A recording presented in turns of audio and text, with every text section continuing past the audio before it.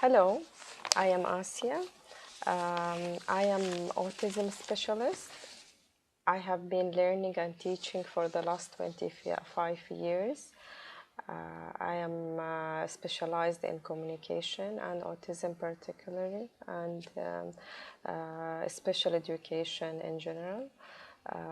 Throughout of my working with autistic children for the last 25 years, I came to realize that communication is the key for so many difficulties that autistic children might face day-to-day life. To know what is communication, we need to know that there is a difference between speaking and communicating. Speaking is it might involve two persons, but mainly it will be focused on one person, and that person is the one who is speaking. But in order to make it communication, then we need to have verbal or non-verbal response from the other side. I can show you a small demonstration that might explain to you what I mean. Here, this is the adult speaking to the child, and it is only one way. So it is coming from the adult to the child, and it's considered only speaking because the child didn't respond and he didn't involve in the conversation. While on the other hand, when we say communication, it has to be then two ways language, two-way conversation. This is the adult speaking to the child, and this is the child responding to the adult. In this case, we can call it communication.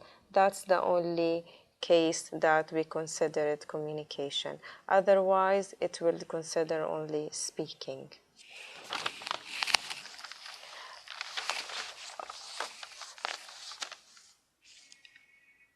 In communication, when we talk about the autistic children, the visual part in their brain is the strongest side to analyze and to process the information in order to give you the response that you need. And when we say it's when we talk about the brain function, we all know that, or might some of us know that, there is the right hemisphere and there is the left hemisphere, and the hemisphere is responsible for the visual side, and which is taking pictures, and the left side is responsible for speaking. And I am just applying the case of the communication that we are talking about on the function of the right brain and left brain. So the right hemisphere is focused on visualizing, and the left side is responsible to analyze and to speak. In order for the brain to work, I mean, like, in order to have a proper communication, then we need the both side of the brain needs to work together. When we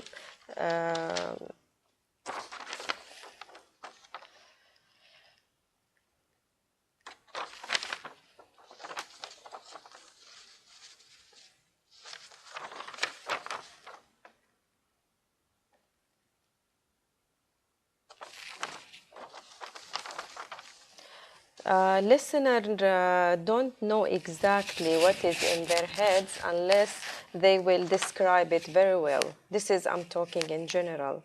But if they describe it well, then the listener can make the same picture in their head.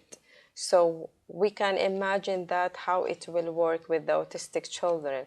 If you would be able to explain very, very well, so the listener, which is the child or the autistic person, can analyze and understand and process the information, then you need to be very clear, and you need to make sure that the listener is able to create a picture in their brain, the picture that you are really talking about and the one you are targeting.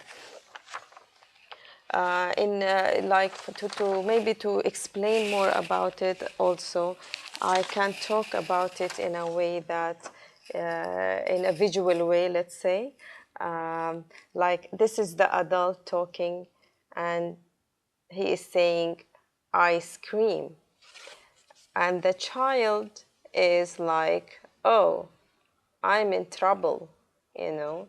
So while if we use it this way, I think even I don't need to talk. Aha. So the ice cream, which is the picture with the word. So the child is happy, and it becomes a reward instead of punishment. So that's how much is the picture make a difference in understanding. Even though there is people who are visual, but when it comes to autistic children, it is really matters.